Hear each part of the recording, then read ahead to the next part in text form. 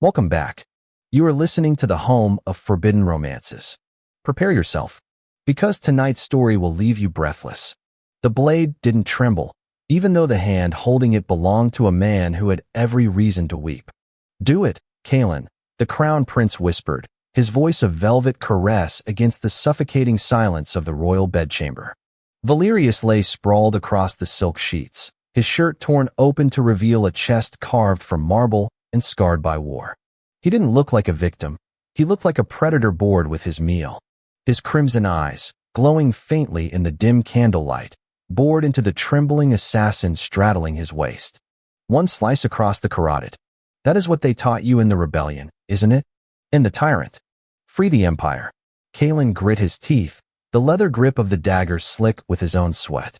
He was the Viper of the Lowlands, a rebel commander who had slaughtered dozens of royal guards to get to this room, to this specific moment. He had spent 3 years dreaming of the color of Valerius's blood. He had spent a lifetime hating the monarchy that starved his people. Yet, now that the tip of his steel pricked the prince's pale skin, drawing a single, perfect bead of ruby blood, his body refused to obey. "Why?" Kaelin choked out, the word tearing from his throat like a jagged stone. "Why aren't you fighting back?" Valerius smiled, a dark, terrifying expression that didn't reach his eyes.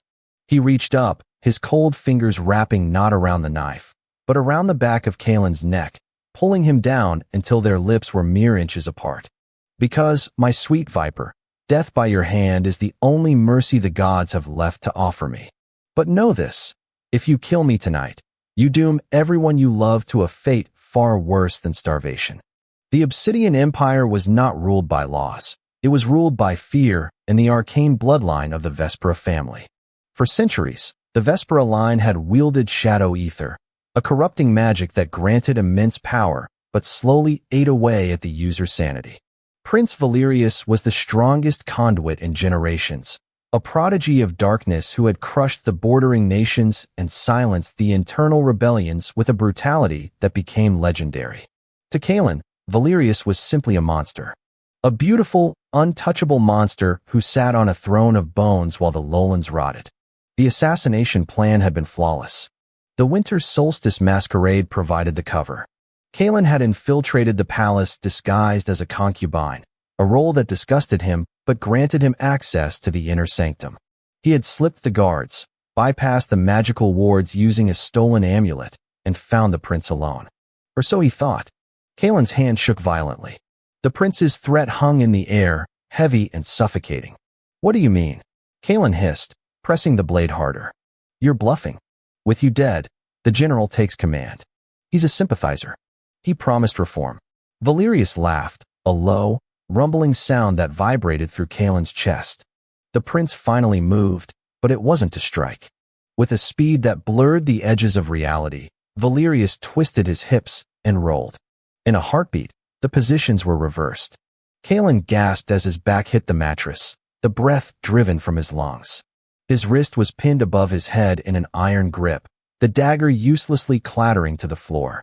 Valerius hovered over him, his long, raven-black hair cascading down like a curtain of night, blocking out the rest of the world. The weight of the prince was overwhelming, a solid, immovable force. "General Hearth?" Valerius mocked, his face so close Kaelin could feel the heat radiating from him. "You truly believe that Old Snake cares for your people? Hearth has been selling your rebellion's coordinates to my father for months. He didn't send you here to kill me, Kaelin. He sent you here to die, so he could have a martyr to rally the rest of the fools into a suicidal charge." Kaelin struggled, bucking his hips, trying to dislodge the prince, but Valerius was immovable. "Liar, am I?" Valerius's eyes narrowed. "Think. How did you get the codes to the inner ward? How were the hallway patrols coincidentally absent?" It was too easy, even for the Viper. The realization hit Kaelin like a physical blow. The ease of entry. The specific timing. The general's insistence that Kaelin go alone. It had been a suicide mission from the start. A setup. Kaelin went limp, the fight draining out of him, replaced by a cold, hollow despair. He had walked into the lion's den, delivered by his own shepherd. "Kill me then," Kaelin whispered, turning his face away, unable to bear the piercing gaze of the tyrant. If I'm to be a sacrifice, finish it. Valerius stared at him, the cruelty in his expression softening into something unreadable. He traced the line of Kaelin's jaw with a thumb, a touch that was confusingly gentle. No, Valerius murmured. I have no use for martyrs. But I do have a use for a weapon. The prince leaned down, his lips brushing against Kaelin's ear. You belong to me now, Viper. Not as a prisoner. Not as a concubine. You will be my shadow. You will guard my back against the very people who betrayed you. And in return, I will give you the head of General Hearth on a silver platter. It was a deal with the devil. But as Kaelin looked up into those abyssal eyes, he realized he had no soul left to lose. 3 months passed. The transition from rebel assassin to the Crown Prince's personal shadow guard was a torture of its own design. Kaelin was outfitted in the black and silver livery of the royal elite, a collar of enchanted obsidian locked around his throat. It didn't control his mind. Valerius had been true to his word about that, but it dampened his ability to hide. He could no longer vanish into the shadows. He was tethered to Valerius's magical signature. Wherever the prince went, Kaelin followed. He watched Valerius navigate the treacherous court of the Obsidian Empire. He saw the way the nobles smiled with teeth like daggers, the way the emperor, a rotting husk of a man consumed by the ether, looked at his son with jealous paranoia. Kaelin began to see a side of Valerius that the public propaganda never showed. He saw the prince awake at 3 a.m., vomiting blood after absorbing the toxic magic from the city's ley lines to prevent the lowlands from flooding. He saw Valerius sign execution orders for corrupt nobles, only to be branded a tyrant by the very people he was protecting from economic collapse. Valerius was not a monster. He was a dam holding back a tidal wave of darkness, and the cracks were beginning to show. The tension between them was a taut wire, vibrating with unsaid words and lingering glances. Valerius treated Kaelin with a maddening mix of arrogance and possessiveness. He would humiliate Kaelin in court, treating him like a silent statue, only to summon him to his private chambers to bandage wounds Valerius refused to let the royal healers see. It was during one of these private moments that the wire finally snapped. They were in the prince's private study. Outside, a storm raged, rain lashing against the Gothic stained glass windows. Kaelin was changing the dressing on a nasty curse burn on Valerius's shoulder, an injury sustained during a diplomatic summit gone wrong. You're trembling, Valerius noted, not looking up from the documents on his desk. You're in pain, Kaelin retorted, tightening the bandage with perhaps a little too much force. If you stopped throwing yourself in front of hexes meant for your advisors, you wouldn't be falling apart. Valerius chuckled, wincing slightly. Concern, Viper? I thought you wanted me dead. I want to kill you myself, Kaelin corrected, though the words lacked their old venom. I don't want some second-rate sorcerer robbing me of the pleasure. Valerius turned in his chair, catching Kaelin's hand before he could pull away. The prince's skin was fever-hot. The corruption was spreading. Why haven't you tried? Valerius asked softly. You sleep in my room. You stand behind me with a sword. You have had 1,000 chances. The collar. The collar suppresses your stealth, Kaelin, not your blade. You could have slit my throat a week ago when I passed out from the mana exhaustion. Kaelin looked down at their joined hands. The prince's hand, elegant and deadly, holding Kaelin's rough, calloused one. I made a deal. General Hearth is still alive. Is that the only reason? Valerius stood up, towering over Kaelin. The air in the room grew heavy with static, the scent of ozone and rain mixing with the musk of Valerius's cologne.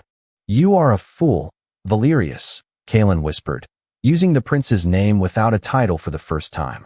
You destroy yourself for a kingdom that hates you. You save villages that burn effigies of your face. What? Because it is my duty, Valerius said, stepping closer, crowding Kaelin against the heavy oak desk.